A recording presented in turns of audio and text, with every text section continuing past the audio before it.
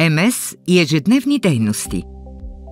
След диагностицирането с МС може да ви се наложи да адаптирате някои от активностите си, за да направите ежедневието по-лесно. Пазаруването може да е предизвикателство. Опитайте се да пазарувате с приятел или член на семейството в удобно за вас време, когато се чувствате по-енергични, или пазарувате онлайн.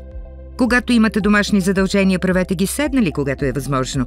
При приготвяне на храна, използвайки помощта на кухненски роботи.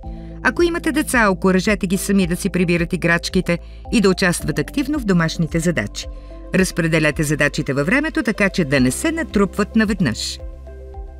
Когато извършвате дневните си хигиенни процедури, бъдете седнали и използвайте електрическа четка за зъби. По този начин рутината няма да е изморителна. Важно е да излизате навън и да не спирате да правите нещата, които ви харесват. Планирайте предварително, така ще ви бъде по-лесно. Например, ако сте решили да посетите ресторант, обадете се и попитайте за най-близкото и удобно място за паркиране.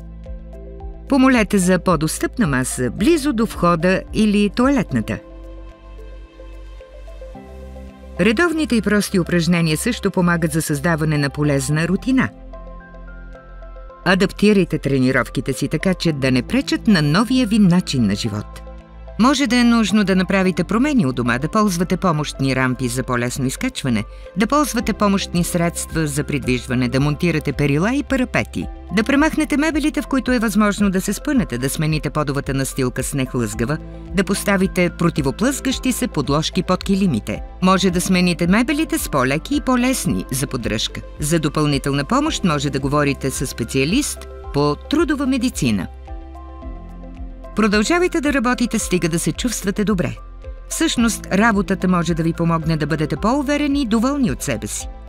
Направете някои малки промени на работното място, за да подобрите комфорта и достъпността. Например, подредете бюрото си така, че да ви е нужно минимално усилие за достигане на нужните предмети и да е добре осветено.